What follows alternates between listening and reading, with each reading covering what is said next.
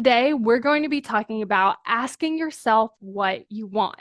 Now, if you ask yourself, what do I want? We're talking more in that big picture, and your brain doesn't come up with any answers. I want you to ask yourself this question instead.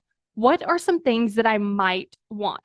And the reason that this actually changes things is because when you add that might, it's like, okay, we don't have to be like serious about it. We don't have to do it. We're not committing to actually doing the thing.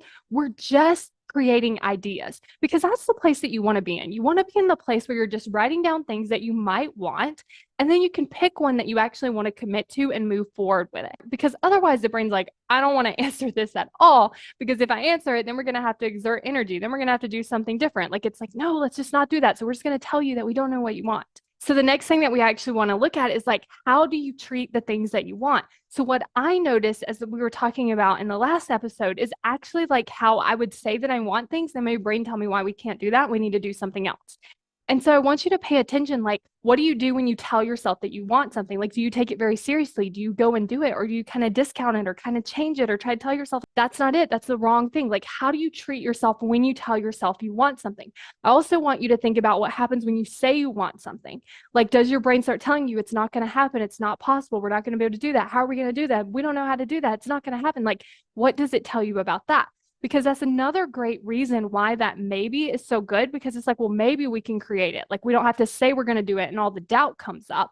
It's like, actually, maybe we could create this. So we're kind of acknowledging like there might be this dissonance between the belief where it's like, okay, like maybe we could, like it could be possible. And there's also this part of us that's not believing that it's going to happen yet.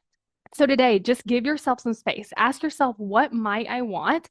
And then just pay attention to how do you treat yourself? What do you do with these wants and desires? And then actually look at like the doubt that comes up, the disbelief that comes up.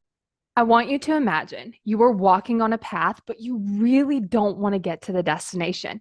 What would you end up doing? You would take some wrong turns. You would turn around. Maybe you would stop walking completely. Maybe you would get lost. Maybe you would just get distracted by every single thing.